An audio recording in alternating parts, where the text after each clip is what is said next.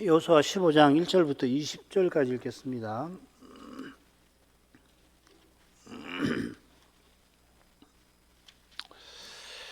유다 자손의 지파가 그 가족대로 제비 뽑은 땅의 극남단은 에돔 지경에 이르고 또 남으로 신 광야까지라.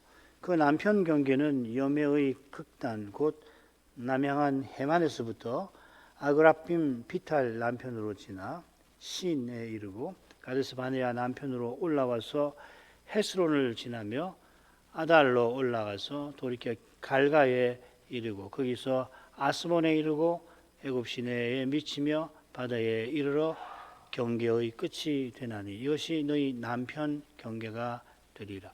그 동편 경계는 여멘이 요단 끝까지요.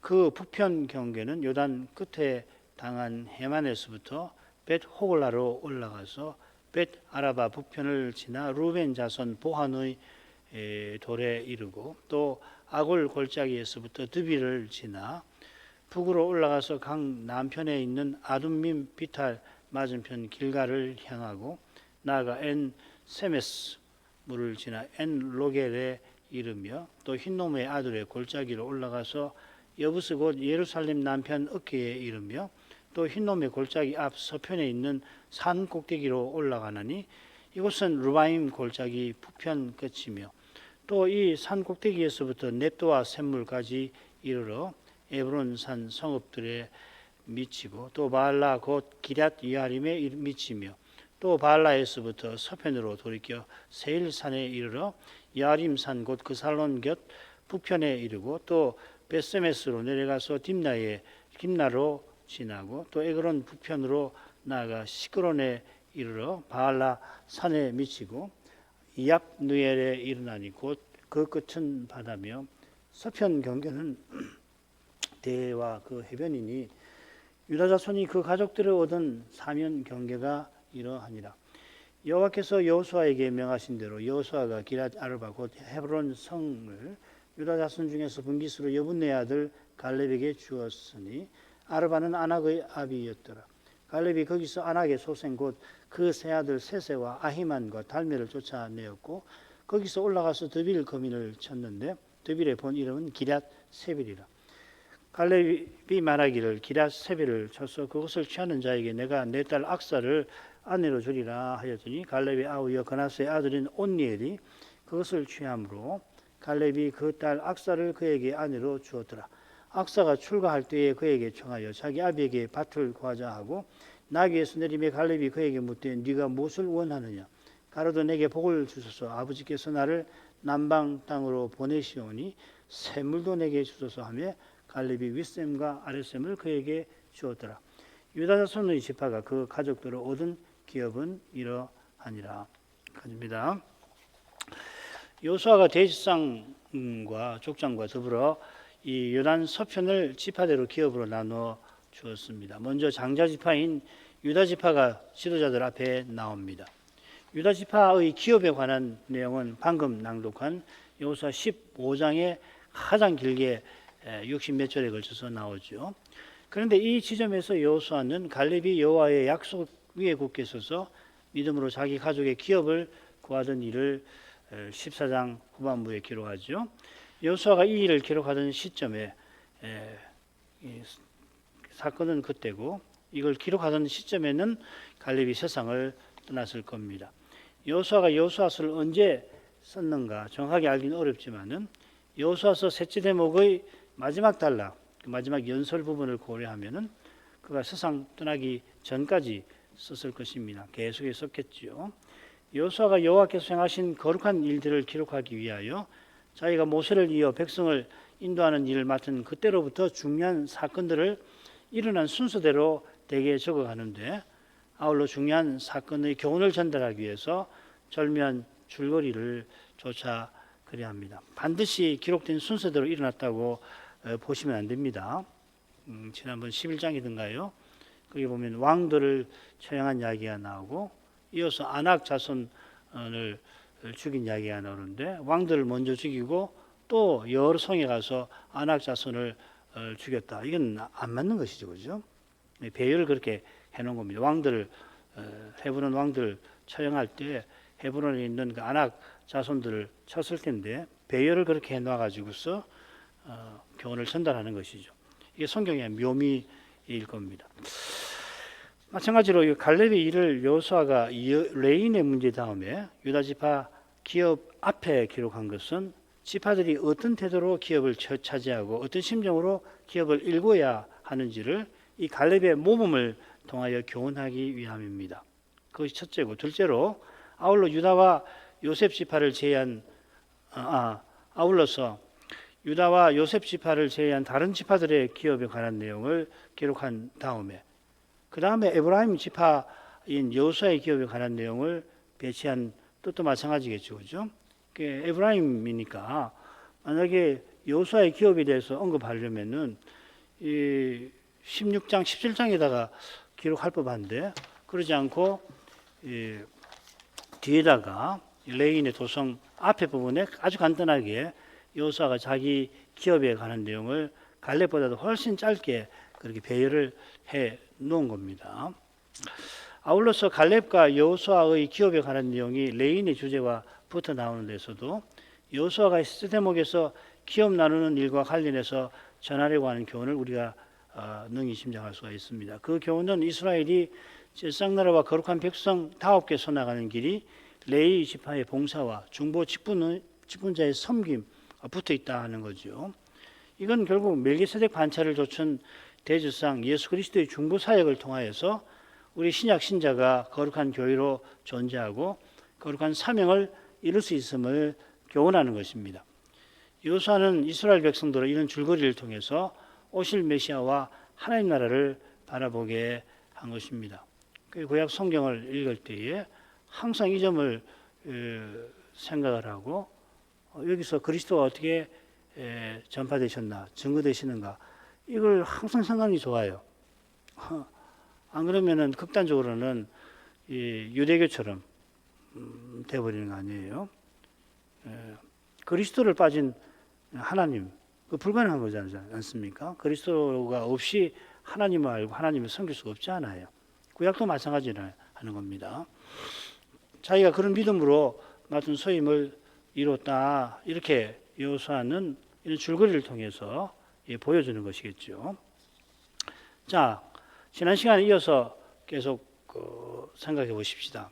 다시 한번 읽어야 되겠는데 10절, 11절, 14장 이제 보소서 여호와께서 이 말씀을 모세에게 이르신 때로부터 이스라엘이 광야에 행한 이 45년 동안을 여호와께서 말씀하신 대로 나를 생존케 하셨나이다.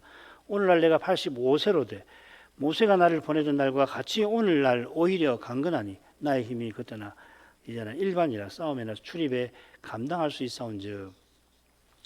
갈렙은 기업에 관한 여호와의 약속을 여호수아에게 고하고 바로 앞부분이죠. 여호와께서 말씀하신 대로 자기를 지금까지 생존하게 하셨고 약속하신 그때처럼 자기가 지금 강건하게 하셨다고 고백합니다.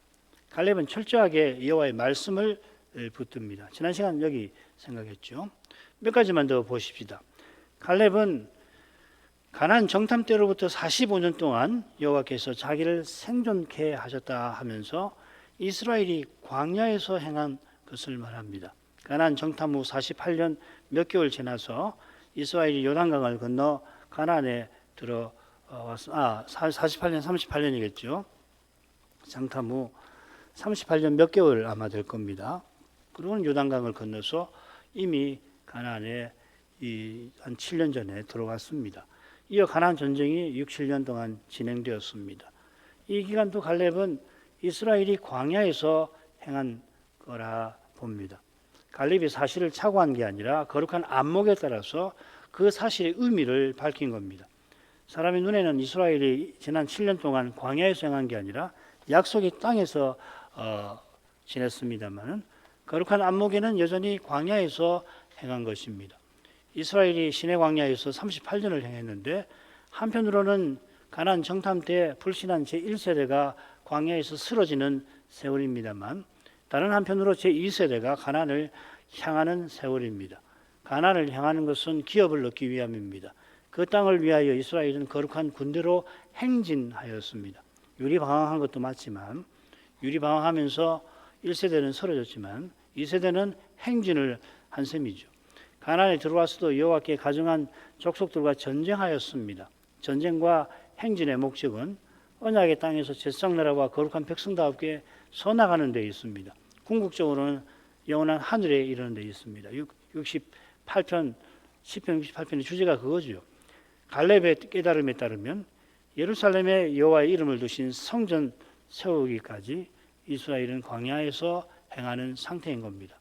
이 깨달음은 여호와께서 다윗에게 성전에 관한 지시 내릴 때 친히 하신 말씀과 어울립니다. 사무엘하 7장 6절입니다.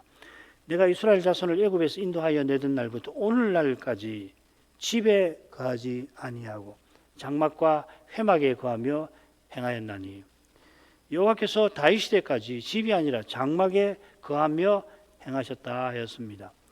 이 행하셨다, 장막에 거하며 행했다는 이 표현은 이스라엘이 광야에서 이리저리 행하며 장막을 쳤던 모습을 떠오르게 합니다. 이 행한다는 말이 이 히트할락이라고 하는 말인데 이리저리 움직이는 겁니다. 쭉 가는 게 아니고 이리저리 움직인다는 말입니다. 이스라엘은 가나안에 들어와 자기 땅과 집에 삽니다. 그러나 정작 여호와께서는 여전히 장막에 천막에 계실 뿐 아니라 그런 상태로 이리저리 행하십니다. 다윗도 나는 백향목 궁에 거하거늘 전이란 말이죠. 하나님의 괴는 휘장 가운데 있도다 하며 자기가 성전 세울 뜻을 나단에게 밝힙니다. 이런 뜻을 이루려고 그가 왕이 되고 왕이 되어 먼저 예루살렘 정복에 나섰던 겁니다. 예루살렘에 여호와의 성전이 서고 거기에 여호와께서 좌정하셔서 거룩한 통치를 이스라엘 위에 펼쳐주실 것을 바란 겁니다. 이런 소원을 갈렙도 품고 있었던 게 분명합니다. 너무도 분명해서 자세하게 설명을 안 한 것 같아요. 저는요. 언약궤가 여전히 장막에 있을 뿐 아니라 심지어 사사 시대 말기에는 빼앗기기도 하고 다윗 시대까지 언약궤가 이리저리 옮겨 다닌 것은 이스라엘이 광야에서 유리방황할 때와 근본적으로 다르지 않습니다. 마찬가지로 이스라엘이 가나안에 들어와서도 두어 지파를 제외하고서는 기업의 땅을 차지하지 못하게 되니까 여호수아는 부둣굴 실로에다가 장막을 반영구적으로 세우게 됩니다. 이 본래의 구상하고 다른 거죠, 그죠? 여호와께서 자기 이름을 두신 그곳에서 집을 세워야 되는 거거든요. 이는 여호수아 시대의 성격과 관련하여 묘한 긴장을 자아냅니다.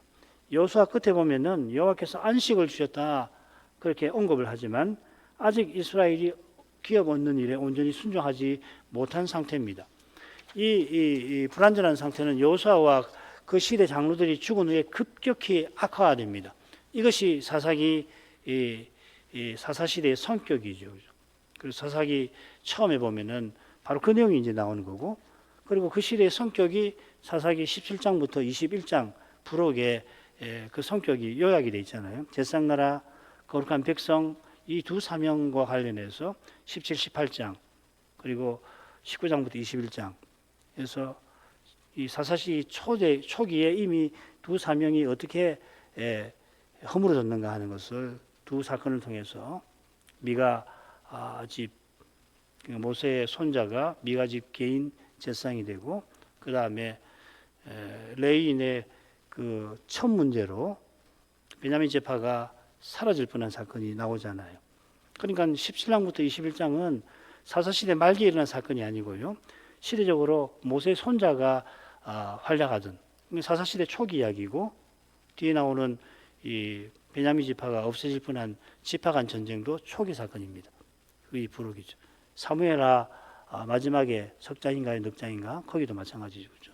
비슷한 게 있지만 하여튼 사사기 17장부터 21장은 초기 이 사건일 뿐만 아니라 사사시대의 성격을 요약한 겁니다. 그게 한마디로 말하면 그때 왕이 없으므로 사람들이 각기 자기 소견대로 행하더라. 그것이죠. 그죠?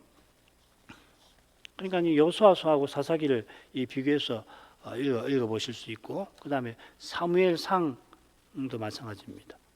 굉장히 중요해요.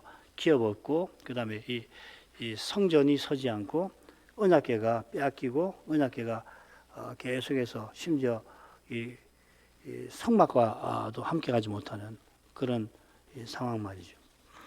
자, 이건 뭐 혹시 사무엘기 공부하게 된다면은 그때 말씀을 드릴 수 있고, 이미 사실은 제가 이런 내용은 역대기 공부할 때든지 성막 공부할 때 다 말씀을 드린 거니까 찾아보시면은 제가 뭘 말씀드리려고 하고, 이스라엘 역사를 특별히 이 다윗 시대까지, 여호수아서부터 해가지고 다윗 시대까지 역사를 어떻게 봐야 하는가, 그 점에 대해서 이미 말씀을 드렸습니다.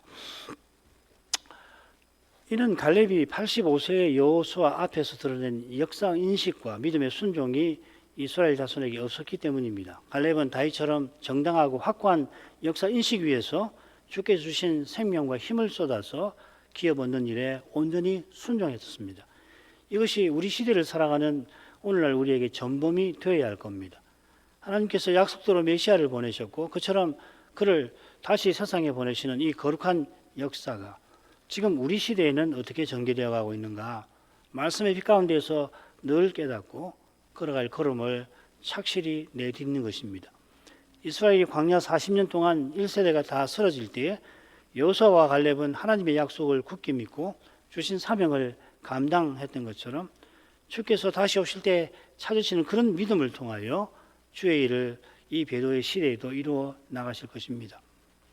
오직 그리스도를 고백하는 이런 믿음을 주시기 위해서 그리스도는 매주일 예배에서 자기 아버지를 자기 형제들에게 선포하시는 겁니다. 이런 영광을 뵙는 교회와 신자는 아무리 소수라도 두세 사람이 남더라도 주님께 귀 쓰임을 받습니다. 그 다음으로 가죠. 12절. 그날에 여호와께서 말씀하신 이 산지를 내게 주소서. 당신도 그날에 들으셨거니와 그곳에는 아낙 사람이 있고 그 성읍들은 크고 견고할지라도 여호와께서 혹시 나와 함께 하시면 내가 필경 여호와의 말씀하신 대로 그들을 쫓아내리이다. 갈렙은 그날에 여호와께서 말씀하신 이 산지를 여호수아에게 구합니다. 이 산지는 9절에 뭐라고 되어 있냐면 네 발이 밟는 밟은입니다. 사실은 밟은이라고 번역을 해야 됩니다. 밟은 땅입니다. 민수기 13장에 12정탐이 40일 동안 가나안 땅을 탐지했는데 거기 헤브론이 유일하게 성읍 중에 언급이 되어 있습니다. 물론 르홉이라는 성읍도 있죠. 이거는 이스라엘에게 주신 땅이 아닙니다. 지금 길갈에서 갈렙은 유다 산지를 가리키면서 이 산지 바로 뒤편에 있는 거거든요. 길갈에서 등 뒤로 해가지고서 남쪽으로 이 유다 산지가 쭉 있잖아요. 그래서 이 산지라고 이야기를 하는 겁니다. 헤브론에 관해서 언급하는 겁니다. 이는 그곳에는 아낙 사람이 있고 그 성읍은 크고 견고하다는 표현에도 암시되어 있죠, 그죠? 이게 이제 헤브론이거든요. 아낙 사람이 있는 곳이고 헤브론은 성읍 하나가 있는 게 아니죠. 여러 성읍이 있죠, 그죠? 이 기랏 아르바라고 하는 아르바라는 말이 넷이라는 말이거든요. 넷의 성읍이라는 말이고 여러 성읍이 함께 어울려 있는 그런 지역입니다. 당신이 그날에 들으셨거니와 할 때도 여호수아가 들은 내용이 뭔가 하면 여호와께서 말씀하신 산지가 헤브론이라고 하는 겁니다. 그래서 번역을 조금 고쳐야 합니다. 아마 여러분 영어 성경 갖고 있으면 이렇게 번역이 비슷하게 되어 있을 겁니다.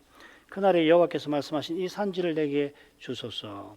실로 당신도 그날에 그곳에는 아낙 사람이 있고 그 성읍들은 크고 견고하다고 들으셨나이다. 이렇게 되어 있습니다. 영어로는 이제 이 for 해서 이렇게 들으셨기 때문입니다. 이렇게 번역했는데 그렇게 해도 되고요. 혹은 실로 이렇게 번역할 수 있습니다. 히브리 말을. 그렇게 이유의 절로도 번역할 수 있고 이는 이러이러하기 때문입니다. 이렇게 번역할 수도 있고 혹은 실로라고 하시면 저는 실로가 더 나은 것 같아요. 그러니까 여호수아가 뭘 들었냐면 그날에 그곳에는 이 갈렙에게 주시겠다고 하는 그곳에 아낙 사람이 있고 그 성읍들은 크고 견고하다는 말을 당신이 듣지 않으셨습니까? 이 말입니다. 이어 갈렙은 여호와께서 함께 하심을 바라면서 여호와의 말씀대로 헤브론을 차지할 뜻을 밝힙니다. 여호와께서 혹시 나와 함께 하시면 했는데 갈렙의 심정, 이 혹시라고 할 때 그의 심정은 뭐냐면 여호와의 말씀하신 대로 쫓아내실 뜻을 밝힌 것과 붙여서 생각해야 하는 거죠. 그러니까 이 심정은 여호와께서 말씀하신 대로 자기와 함께 해주시기를 바란다 하는 심정이지 혹시 하니까 일말의 의심을 품는 그런 심정이 아닙니다. 번역이 그렇게 됐지만은 원문의 이 낱말은 무엇을 바랄 때 쓰는 말이거든요. 뭐 여러 가지 뜻이 있습니다만은 하나님의 약속을 믿는 이가 명령을 받듭니다. 이게 굉장히 중요한 거죠. 그죠? 이게 소위 말하는 우리 개혁파 구원론의 핵심 내용이기도 하지 않습니까? 윤리의 핵심이라고 할 수 있겠네요. 하나님께 친히 말씀하신 대로 친히 이루신다는 뜻이죠. 이거는 하나님이 친히 이루시는데 누구를 쓰시냐면 하나님의 말씀, 약속을 믿는 교회와 신자를 써주시는 거죠. 자, 이건 뭐 다음 기회에 또 설명하고요. 여호수아 갈렙 부분 마지막 보십시다. 여호수아가 여분의 아들 갈렙을 위하여 축복하고 헤브론을 그에게 주어 기업을 삼게 하며 헤브론이 그니스 사람 여분의 아들 갈렙이 기업이 되어 오늘날까지 이르렀으니 이는 그가 이스라엘 하나님 여호와를 온전히 쫓았음이며 헤브론의 옛 이름은 기럇 아르바라. 아르바는 아낙 사람 가운데 가장 큰 사람이었더라. 그 땅에 전쟁이 그쳤더라. 여호수아 갈렙을 축복합니다. 갈렙이 바라는 대로 여호와께서 함께 해주시고 그가 말씀대로 기업을 얻게 해주실 것을 하나님께 빈 거지요. 갈렙이 기업 얻는 것은 여호수아가 빈 복의 내용입니다만은 여호와께서 갈렙과 함께 하셔서 그가 사명 행하게 하시는 그것이 무엇보다 그에게 복인 겁니다. 우리에게 복이지요. 여호와께서 함께 하시는 거기에 기업 얻고 일구는 뜻이 있는 겁니다. 같은 뜻에서 바울이 만일 택하라 하시면 떠나서 주와 함께 있는 그 편을 택하려 했습니다. 그처럼 그가 재림을 말할 때에 간절히 바랄 때에 영원히 주와 함께 있는 그것을 바란 겁니다. 우리가 주와 항상 함께 있을 거다. 육의 몸을 가진 인생이라 지금 여기서 겪는 고난의 아픔, 슬픔, 괴로움, 힘겨움에 휩싸이기 쉽고 그처럼 장차 얻을 영광의 기쁨과 찬란함과 아름다움과 즐거움의 마음이 빼앗기기 쉽습니다만 그리스도와 함께하는 이것이 영원히 우리의 마음을 기쁘게 할 것이며 지금 죄와 죽음의 현실에서도 그리스도와 함께하는 거기서 참된 평안을 맛보는 것입니다. 이것이 복입니다. 그리스도와 함께함이 복인 것이죠. 그러니까 그리스도의 모든 것을 버리는 거, 그거 당연한 거예요. 그리스도를 위해서 무엇이든지 양보하고 무엇이든지 버리는 것은 그거는 믿음이 좋은 사람 하는 거 아닙니다. 참된 믿음 그렇게 하는 겁니다. 그리스도를 얻고 그 안에서 발견되는 것이 구원이지 않습니까? 여호수아는 14절에서 헤브론이 갈렙의 기업인 것을 다시금 언급합니다. 갈렙이 믿음으로 헤브론 차지한 내용이 15장에 오늘 읽은 데 나왔죠. 그 후 갈렙이 세상을 떠났습니다마는 여호수아가 이 내용을 쓰던 오늘날까지 헤브론은 갈렙의 기업이라 했습니다. 갈렙의 이름이 이스라엘 중에 남아있다 하는 말입니다. 이는 그가 믿음의 조상과 함께 하늘에 이른 것을 또한 가리키는 겁니다. 그가 이스라엘의 하나님 여호와를 온전히 좇은 것처럼 여호와께서 계시는 하늘에 들어간 겁니다. 여호와를 좇으니까 여호와 계시는 하늘에 들어가는 거죠. 우리가 그리스도를 쫓아서 그리스도와 앞서 나가신 하늘에 장차 이르는 것과 똑같은 겁니다. 그 히브리서의 주제죠. 바로 밑에 그 이야기입니다. 헤브론의 옛 이름은 기럇 아르바, 아르바의 성읍, 이 기럇은 성읍이라는 말입니다. 아르바는 두 가지, 여기서는 사람 이름으로 번역을 그 표시를 냈습니다. 다른 뜻은 다음 시간에 제가 말씀 아마 드리게 될 것 같습니다. 아르바는 아낙 자손 중에 가장 큰 사람, 즉 위대한 영웅이었습니다. 아르바가 헤브론 땅을 차지하고 자기 이름을 냈거나 그 후손이 영웅의 이름을 붙여서 기렸을 겁니다. 여호수아는 갈렙의 이야기를 마치면서 그 땅에 전쟁이 그쳤더라. 여호수아 11장 23절에 한번 나왔고 그 의미를 살폈죠. 그 의미는 전쟁에서 벗어난 잠정적 평화기였다 이 말입니다. 그 다음으로 유다지파의 기업 한 절반 정도 해보죠. 유다지파가 맨 처음으로 요단 서편 땅에서 기업을 얻습니다. 이어 요셉지파, 에브라임과 므낫세 반지파가 얻습니다. 나머지 7지파가 기업 얻는 이야기는 짝을 이루는 7번째 단락에 나옵니다. 각 지파가 기업 얻는 일이 비슷한 방식으로 기록이 되어 있습니다. 그래서 맨 처음에는 제비 뽑은 사실부터 시작이 됩니다. 조금 다른데 얼른 읽어보면 유다 자손 지파가 그 가족대로 제비 뽑은 땅, 요셉 자손이 제비 뽑은 것은, 므낫세 지파를 위하여 제비 뽑은 것은 이렇게 되어 있고요. 그 다음 7지파는 보면 좀 더 비슷합니다. 베냐민 자손 지파를 위하여 가족들의 제비를 뽑았으니 뭐 이렇게 되었습니다. 시몬, 스불론, 이사갈, 아셀, 납달리, 단 자손 비슷하죠. 마찬가지로 각 지파가 기업 얻는 일은 대개 똑같은 표현으로 끝납니다. 그 표현이 뭐냐면 무슨 지파가 그 가족들을 얻은 기업은 이러하니라 하고 끝나요. 그래서 유다 지파는 이게 20절에 나옵니다. 20절, 21절부터 긴 내용이 나오는데 20절에 나오고 에브라임은 16절 8절에 16장 8절. 므낫세 지파는 안 나옵니다. 그처럼 베냐민 지파도 안 나옵니다. 그리고 시므온, 이사갈, 아셀, 납달리, 단 지파는 똑같이 나옵니다. 희한하게 두 지파 반에서는 마지막에 나오는 지파가 언급이 없고 7지파에서는 처음 지파가 이 표현이 없지요. 이게 우연일까요? 이 우연이 아닙니다. 이런 게 우연이 아니고 이 줄거리를 보게 하는 방식, 이런 것을 가지고 교훈을 담아내는 거거든요. 자, 한 가지만 하고 넘어가겠습니다.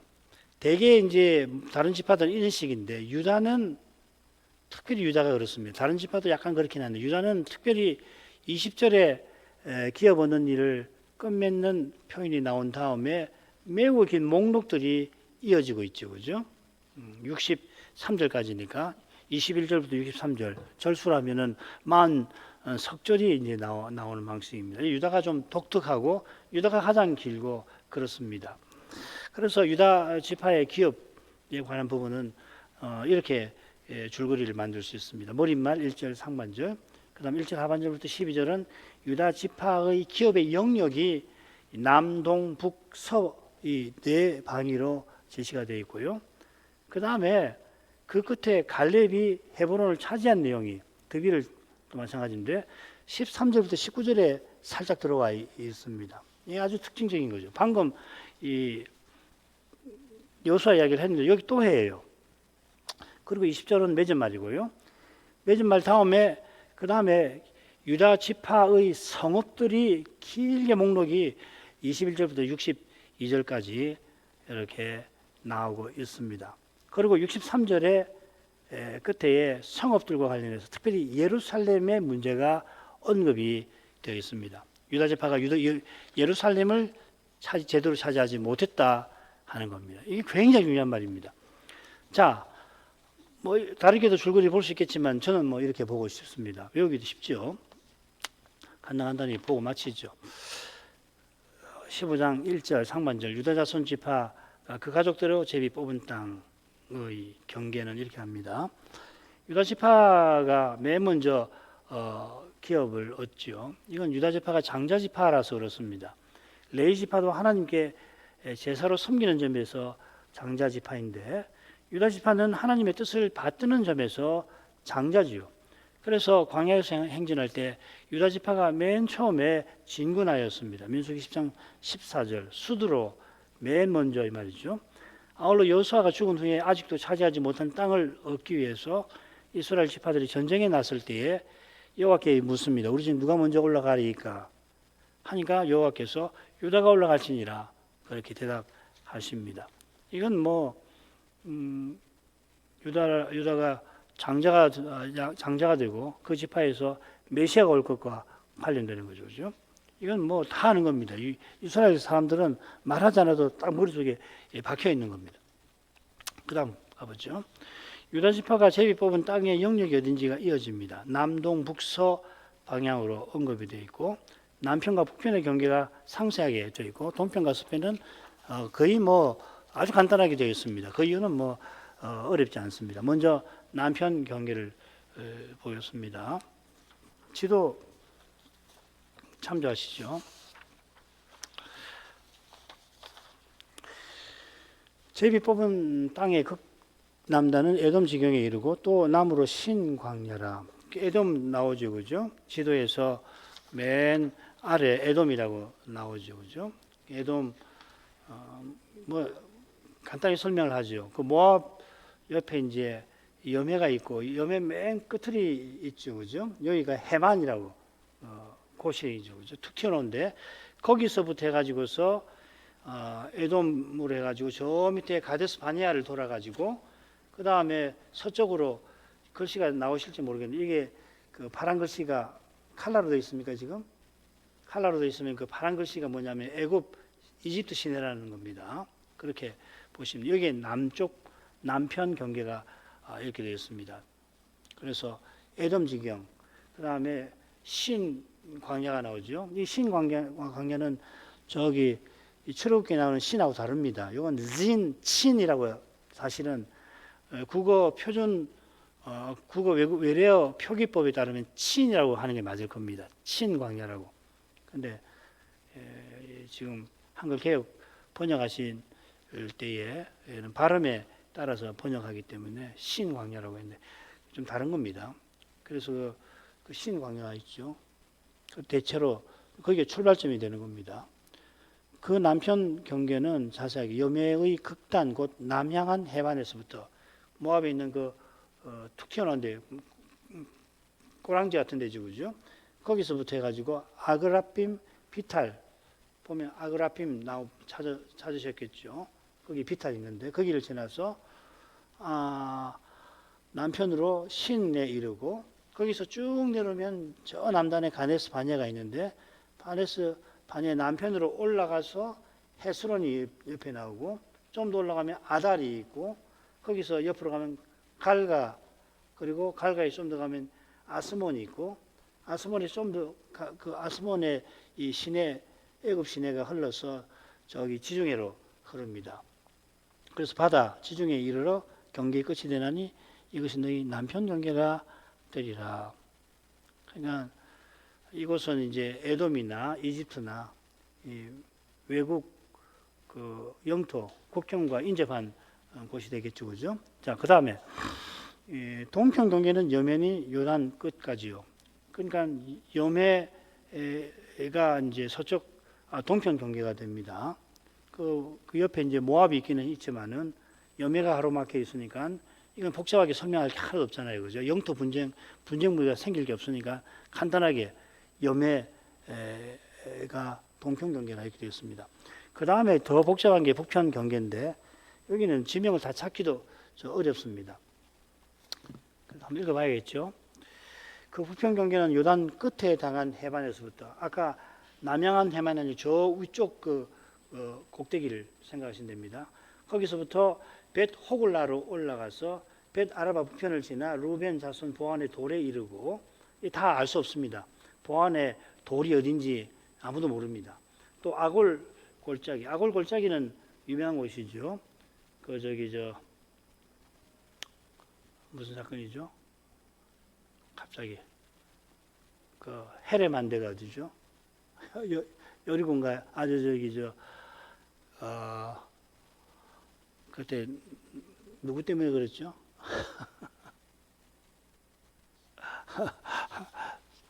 실장이 빨리 마치려다가 마음이 급해가고 있어요.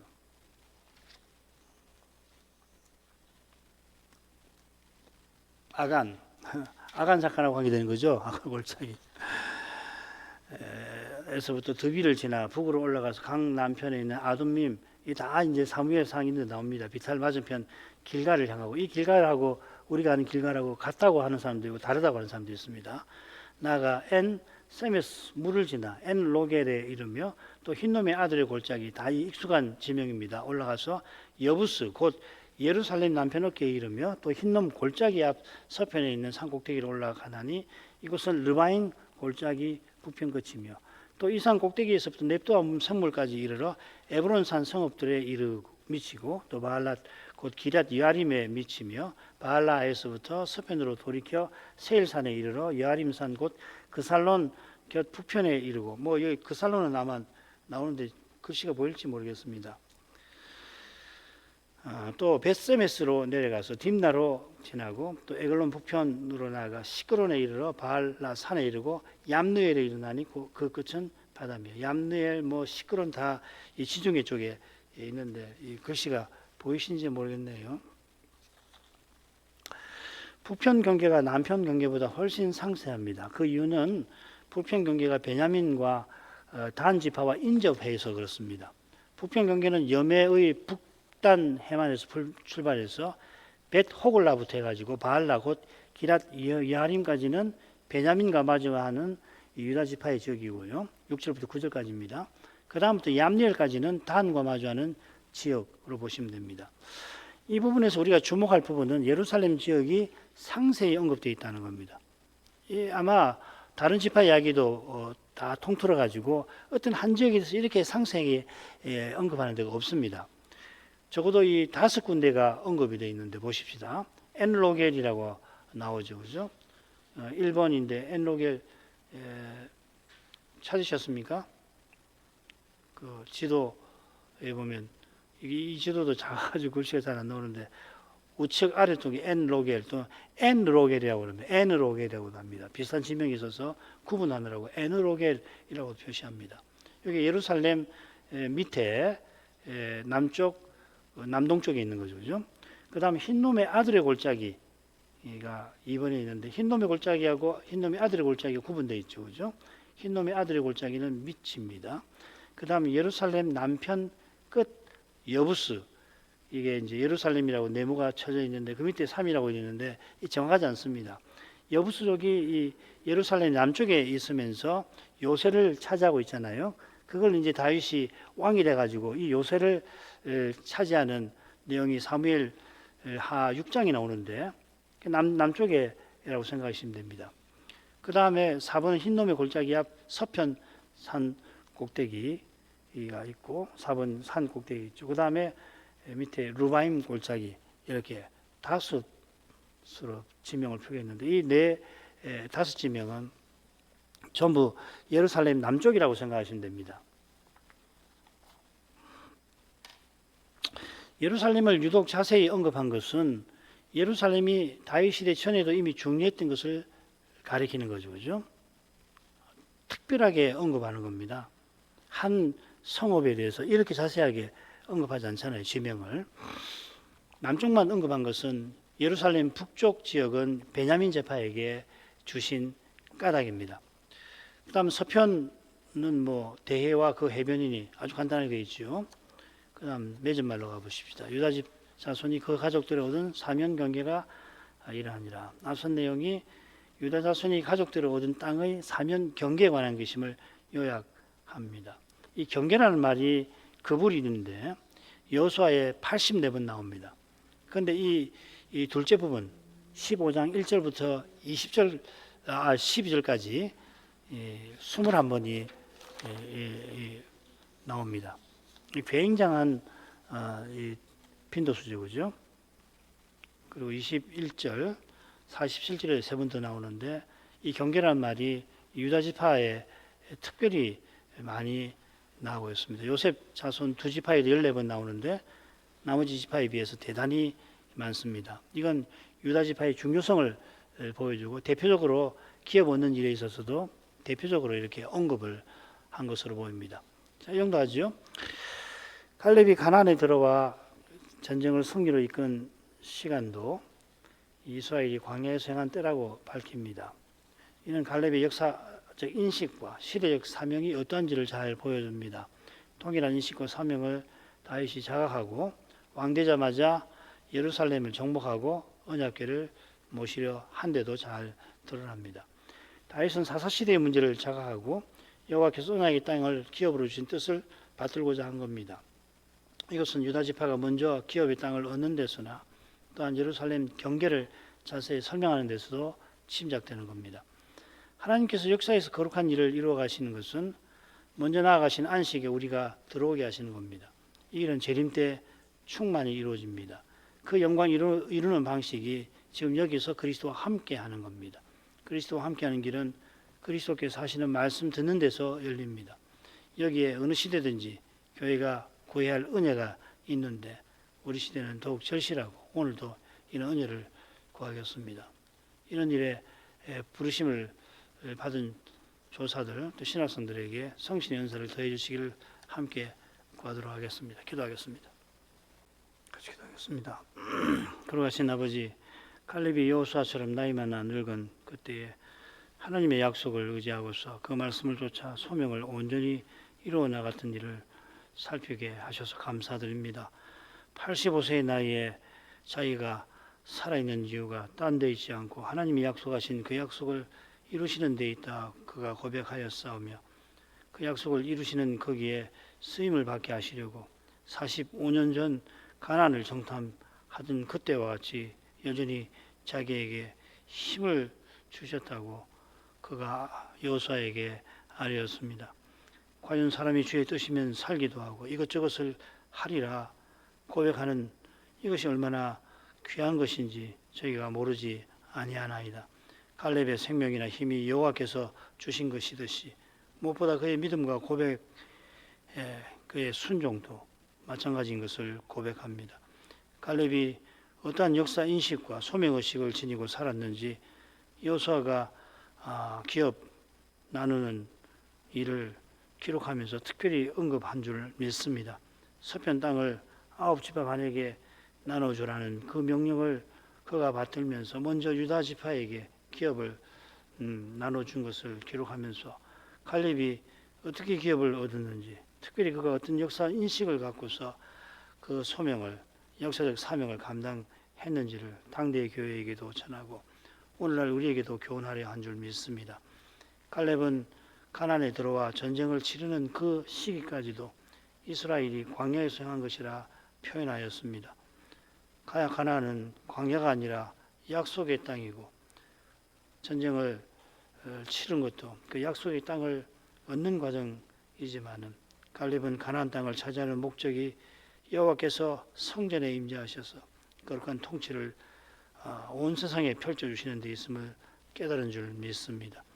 다윗도 왕이 되었을 때 조상 갈렙과 똑같이 이 역사인식을 품고서 자기 세대가 막 지나온 사사시대의 문제가 뭐며 그 문제를 해결하라고 자기를 왕으로 세우신 뜻을 알고 왕이 되고서 먼저 예루살렘을 정복하였사옵나이다. 여호와의 성전을 거기에 세우려 하고 그가 먼저는 언약궤를 예루살렘에 모시며 그리고 하나님의 집을 세울 뜻을 밝힌 줄 압니다.